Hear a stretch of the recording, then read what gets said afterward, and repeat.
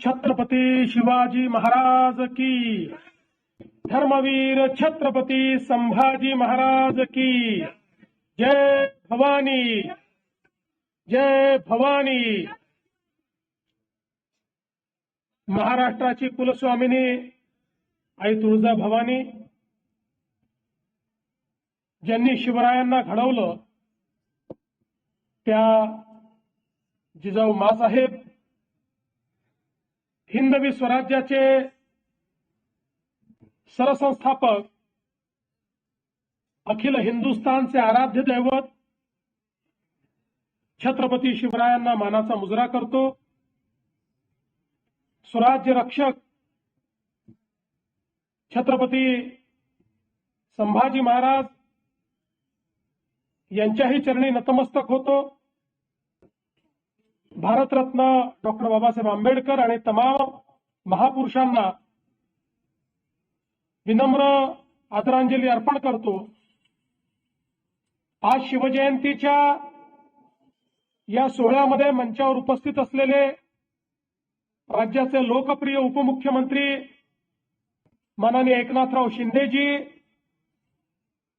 महाराष्ट्राच्या पहिल्या महिला उपमुख्यमंत्री आदरणीय सुनेत्राताई पवार, आमचे सहकारी आशिष शेलारजी, शरद सोनवणेजी, विजय घोगरेजी, अतुल बेनकेजी, रितेश देशमुखजी, सत्यशील शेलकरजी, राजेंद्र कुंजीरजी, आशाताई बुचके, श्री सुनील फुलारी, श्री जितेंद्र डुडी, श्री संदीप सिंग गिल, ज्यांना पुरस्कार मिळाला असे डॉक्टर विनोद हांडे, कैलासवासी पंकज वामन, लेफ्टनंट अजिंक्य मेहर, श्री शिवाजीराव खैरे, सब लेफ्टनंट श्रुतिका ताथवडे, प्रवीण ताथवडेर आणि या ठिकाणी उपस्थित सर्व भगिनी आणि बंधूंनो, मी सर्वप्रथम आपल्या सर्वांना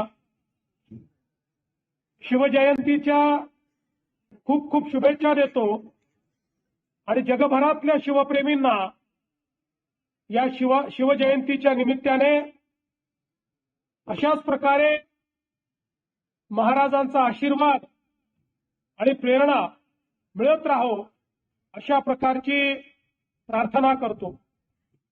आपण सगळे जाणतो की छत्रपती शिवराय नसते तर या भारताचा इतिहास जो आज आपण पाहतोय, या भारताचा भूगोल जो आज आपण अनुभवतोय, यापैकी काहीही राहिलं नसतं। खऱ्या अर्थानं ज्या काळामध्ये या उभ्या हिंदुस्थानामध्ये अनेक राजे आणि राजवाडे मोगलांचं मंडलिकत्व स्वीकारून त्या ठिकाणी काम करत होते, अशा परिस्थितीमध्ये आई जिजाऊ माँसाहेबांनी छत्रपती शिवरायांना घडवलं आणि घडवताना सांगितलं की तुम्हाला या मराठी मुलकाला, या हिंदुस्थानाला या मोगलांच्या जोखडातनं मुक्त करायचं आहे आणि या ठिकाणी रयतेचं राज्य स्थापित करायचं आहे। आणि आपल्याला माहिती आहे छत्रपती शिवरायांनी 18 पगड जातीच्या तमाम मावळ्यांना एकत्रित करून एक अशी फौज तयार केली, ज्या फौजेने या ठिकाणी खऱ्या अर्थानं स्वराज्याची स्थापना केली आणि छत्रपती शिवरायांनी सांगितलं, हे माझं राज्य नाहीये, हे रयतेचं राज्य आहे। तुम्ही जे लढता आहात हे मला राजा बनवण्याकरता लढत नाही, तुम्ही जे लढतात ते देव, देश आणि धर्माकरता लढता आहात। तुम्ही जे लढतात ते सामान्य माणसाला या मोगलांच्या जोखडातनं मुक्त करण्याकरता लढतात। आणि म्हणून एक असं राज्य महाराजांनी स्थापित केलं ज्या ठिकाणी समता होती, ज्या ठिकाणी प्रत्येकाला सन्मान होता, ज्या ठिकाणी अन्याय नव्हता, अत्याचार नव्हता, ज्या ठिकाणी महिला सुरक्षित होत्या, ज्या ठिकाणी शेतकरी समाधानी होता। एक असं राज्य की ज्यांचा राज्यकारभार पाहिल्यानंतर जगभरातले लोक आश्चर्य करतात की एक राजा इतक्या गोष्टी कसं करू शकतात। अशा प्रकारचं साम्राज्य हे छत्रपती शिवरायांनी आपल्याला घडवून दाखवलं. शिंदे साहेबांनी सांगितलं कशा पद्धतीनं महाराजांनी या ठिकाणी वेगवेगळ्या व्यवस्था उभ्या केल्या. आणि एवढंच नाही तर भारताच्या इतिहासामध्ये हा पहिला राजा होता, आमचा राजा, की ज्यांनी ओळखलं की आपला पुढचा शत्रू हा समुद्राच्या मार्गाने येणार आहे आणि त्यामुळे जलदुर्ग बांधून आपल्या पश्चिमी किनाऱ्याला संरक्षित करण्याचं काम हे छत्रपती शिवरायांनी केलं. आणि पहिल्यांदा पोर्चुगीजांचा पराभव केल्यानंतर जोपर्यंत छत्रपतींचं शासन होतं तोपर्यंत समुद्री मार्गे येण्याची हिंमत कुठल्याच देशाच्या कुठल्याच आक्रमकांनी त्या ठिकाणी केली नाही. अशा प्रकारचे द्रष्टे आपले छत्रपती शिवराय होते.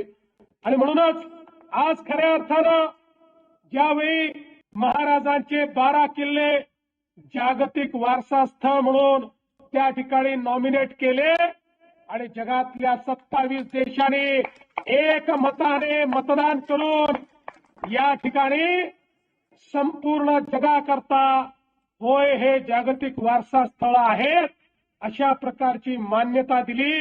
आमच्या आशिष शेलारांनी ते प्रमाणपत्र देखील या ठिकाणी घेतलं. त्यामुळे आता आपले शिवराय हे जागतिक होतेच, पण आता जगाने सेवा संघाला आश्वस्त करू इच्छितो. आपण जे निवेदन दिलेलं आहे त्याच्यावर आम्ही नीट काम करू आणि 2030 साली महाराजांची 420 जन्मशताब्दी, 4थी जन्मशताब्दी ज्यावेळेस आपण साजरी करू त्यावेळी निश्चितपणे अतिशय भव्य जगभर. आणि पुन्हा एकदा आपल्या सर्वांना शिवजयंतीच्या शुभेच्छा देत माझं बोलणं संपवतो. जय भवानी, जय शिवाजी.